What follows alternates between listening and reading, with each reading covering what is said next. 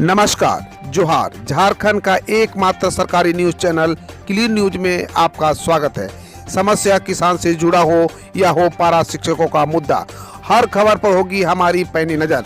सभी खबर सिलेक्टेड और काम की है, तो वीडियो के अंत तक बने रहें। साथ ही आप न्यूज को किस गांव या शहर से देख रहे हैं, हमें कमेंट में ज़रूर बताइए। आज का लाइक हम 100 रखते हैं, उम्मीद है कि आप इसे पूरा करेंगे। और रोजाना पंचायत चुनाव का अपडेट पाने के लिए चैनल को सब्सक्राइब कर बेल आइकन को प्रेस करें। तो चलिए जानते हैं आज का मुख्य समाचार। झारखंड में जुलाई से रफ्तार पकड़ेगी कोरोना वैक्सीनेशन। केंद्र ने आवंटित की 33 लाख डोज वैक्सीन। झारखंड में अगले माह से कोरोना टीकाकरण की रफ्तार और भी तेज पकड़ेगी। हर दिन लगभग 1 लाख लोगों को वैक्सीन लगेगी। ऐसा जुलाई माह में केंद्र सरकार से अधिक वैक्सीन मिलने से संभव होगा। अगले माह केंद्र से 33,13,549 डोज वैक्सीन झारखंड को मिलेगी। केंद्र सरकार ने झारखंड के लिए वैक्सीन आवंटित करते हुए इसकी जानकारी राज्य सरकार को उपलब्ध करा दी है। प्रसव पूर्व लिंग जांच करवाने वालों की खैर नहीं। झारखंड में 10 दिनों तक चलेगा सघन जांच अभियान।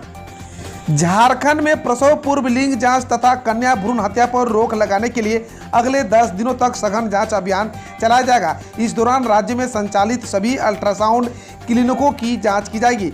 स्वास्थ्य मंत्री बन्ना गुप्ता के निर्देश पर स्वास्थ्य विभाग ने इसके लिए जिलों के अलग अलग टीम गठित कर दी है।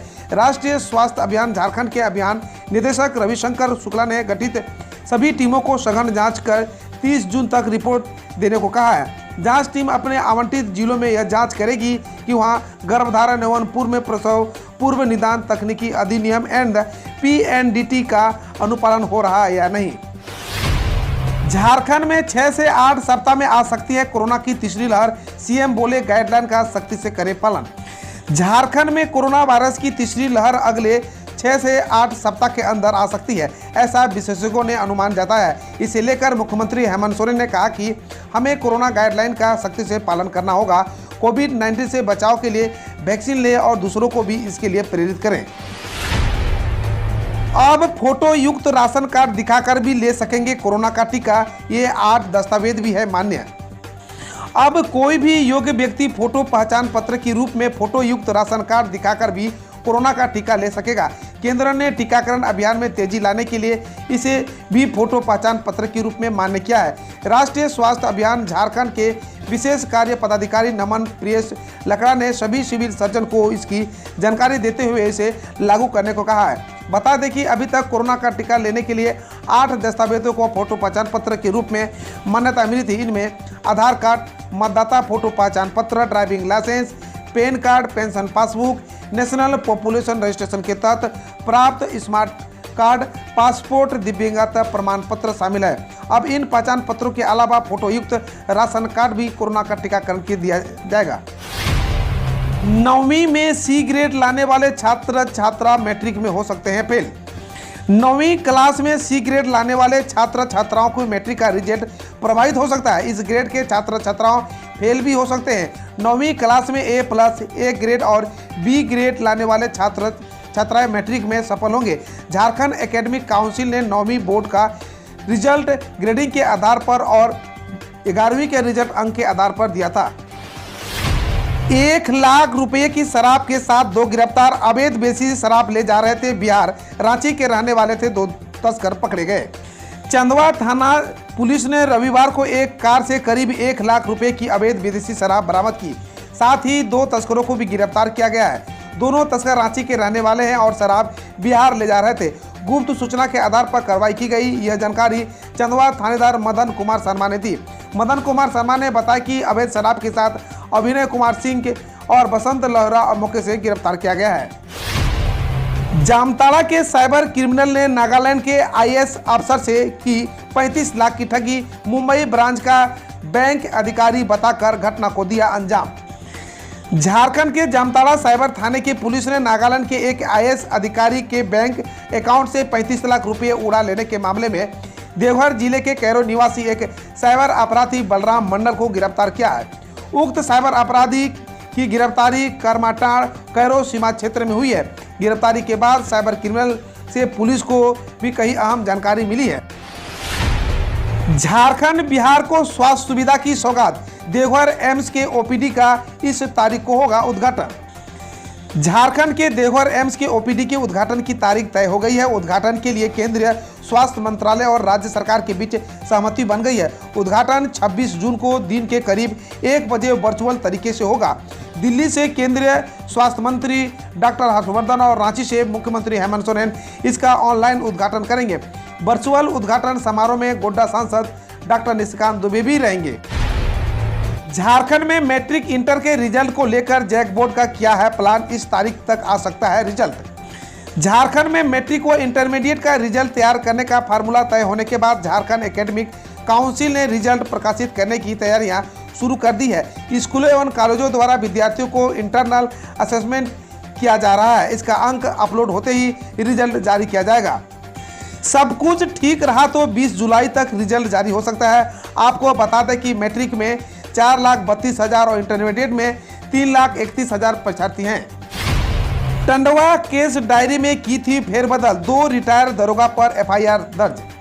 चतरा जिले के टंडवा थाने में वर्ष 2015 में दर्ज 2 एफआईआर की जांच के दौरान अनुसंधान अधिकारियों ने केस डायरी में फेरबदल किया था। ये दोनों मुकदमे सीसीएल की आम्रपाली परियोजना में भूमि अधिग्रहण के खिलाफ आंदोलन करने के वाले के खिलाफ दर्ज किए गए थे। इनमें बड़का गांव के पूर्व विधायक सह झारखंड के पूर्व मंत्री योगेंद्र साह भी नामजद आरोपी बनाए गए थे। अब पाया गया कि इन दोनों केसेस की जांच करवाने अनुसंधान अधिकारियों ने न सिर्फ केस डायरी में फेरबदल की है बल्कि साक्ष्यों के साथ भी छेड़छाड़ भी की है।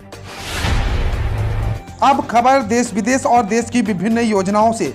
रेल यात्रियों के लिए खुशखबरी, अब रिफंड के लिए इंतजार नहीं, तुरंत आएगा खाते में पैसा।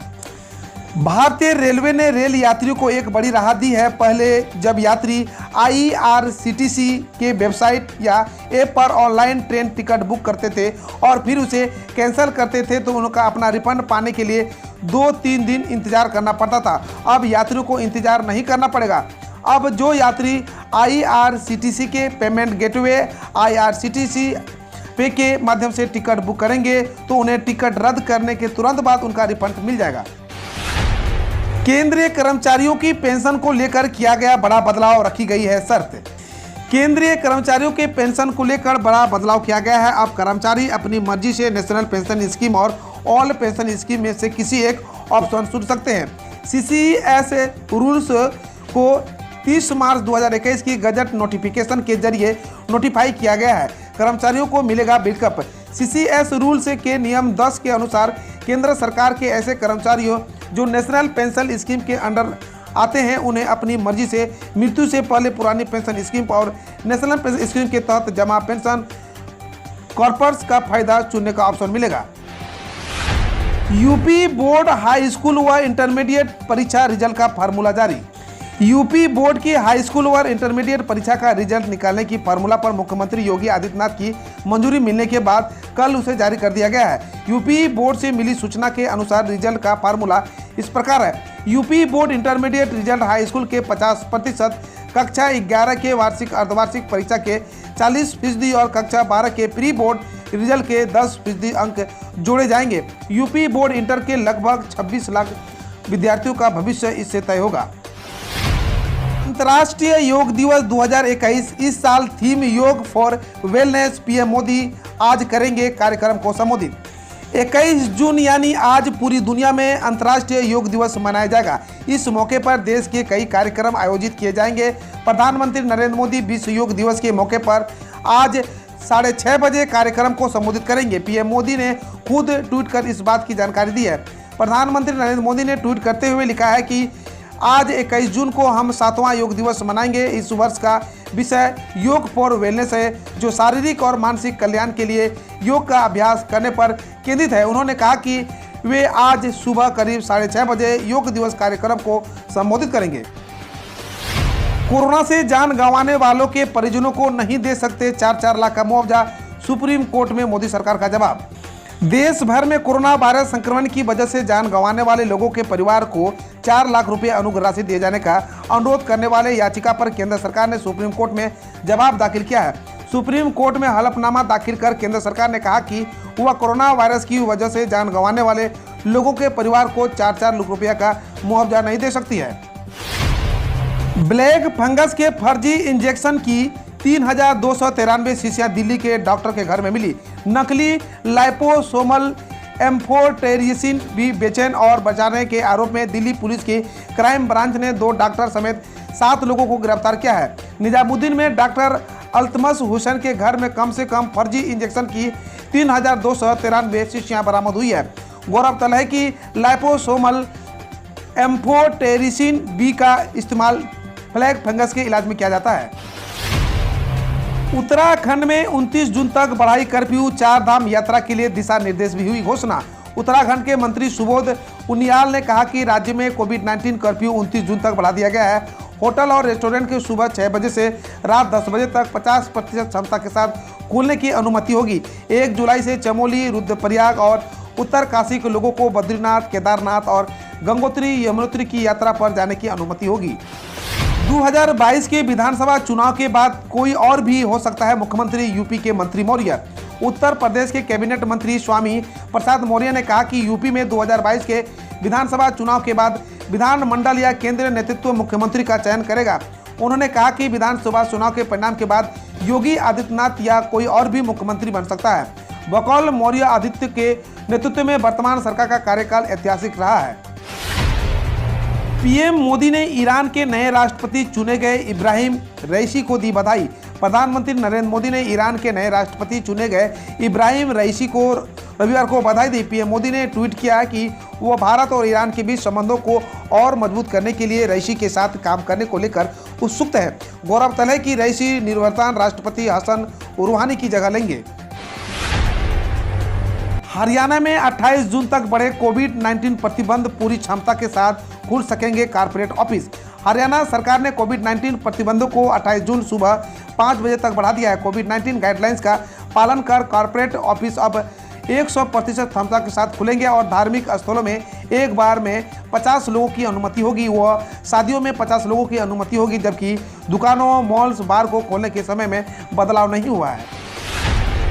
वैक्सीन के दोनों टीके लगवाने वाले 50% व 1 डोज पर 25% छूट दे रहे हैं गुरुग्राम के पब। लोगों को कोविड-19 टीकाकरण के प्रति जागरूक करने के लिए गुरुग्राम के कई पब में रेस्टोरेंट वैक्सीन के दोनों डोज लगवाने वाले को 50% और 1 खुराक लगवाने वाले पर 25% की छूट दे रहे हैं। एक पब व बार के डायरेक्टर ने कहा कि ये विशेष ऑफर व्यवसाय बढ़ाने के साथ ही सुरक्षा भी सुनिश्चित करेगी। चिंताजनक बन सकता है डेल्टा प्लस वेरिएंट का म्यूटेशन के 41.7 एम्स प्रमुख गुलेरिया। दिल्ली एम्स के प्रमुख डॉक्टर रणदीप गुलेरिया ने कहा कि सर्वप्रथम भारत में मिले कोविड-19 वेरिएंट डेल्टा के म्यूटेशन डेल्टा प्लस के एक और रूप के 470N पर अगर ध्यान नहीं दिया गया तो वह चिंताजनक बन सकता है। उन्होंने कहा कि भारत को यूके से सीख लेने की जरूरत है, जहां इस वेरिएंट को जुड़े मामले बढ़ रहे हैं। सरकारी योजनाओं को धीरे धीरे लागू होगी 2 बच्चों की नीति, असम के सीएम। असम के मुख्यमंत्री हेमंत बिस्वा शर्मा ने शनिवार को कहा कि प्रदेश सरकार राज्य द्वारा वित्त पोषित विशेष योजनाओं के तहत लाभ लेने के लिए चरणबद्ध तरीके से धीरे धीरे 2 बच्चों की नीति लागू करेगी। उन्होंने कहा कुछ ऐसी योजनाएं हैं जिसमें 2 बच्चों की नीति लागू नहीं कर सकते। ऐसे स्कूल, कॉलेज के मुफ्त शिक्षा और प्रधानमंत्री आवास योजना के तहत आवास उपलब्ध होगा। दिल्ली में कोविड-19 प्रतिबंधों में और ढील देने का ऐलान, आज से खुलेंगी बार व पब्लिक पार्क। दिल्ली सरकार ने रविवार को कोविड-19 प्रतिबंधों में और ढील देने का ऐलान किया है। राष्ट्रीय राजधानी में आज 50% क्षमता के साथ रेस्टोरेंट सुबह 8 बजे से रात 10 बजे तक, जबकि बार दोपहर 12 बजे से रात 10 बजे तक खोले जा सकते हैं। वहीं आज public park, garden, golf club और आउटडोर योग गतिविधियों की अनुमति दी गई है। पंजाब सरकार ने रद्द की राज्य बोर्ड की 12वीं की परीक्षाएं। पंजाब सरकार ने कोविड-19 महामारी के कारण राज्य बोर्ड की 12वीं कक्षा की परीक्षाएं रद्द करने का फैसला किया है। राज्य के शिक्षा मंत्री विजय इंदर सिंघला ने बताया कि Punjab school education board CBSE के पैटर्न के अनुसार ही रिजल्ट घोषित करेगा। बकौल मंत्री ने जो छात्र परिणाम से संतुष्ट नहीं होंगे उनके लिए बाद में परीक्षा आयोजित की जाएगी। हम रोज ऐसे ही न्यूज लाते रहेंगे, तो यदि आपने अभी तक क्लीन न्यूज को सब्सक्राइब नहीं किया है तो पहले फटाफट सब्सक्राइब कर लें, साथ ही बेल आइकन को दबा दें ताकि कोई अपडेट मिस ना हो।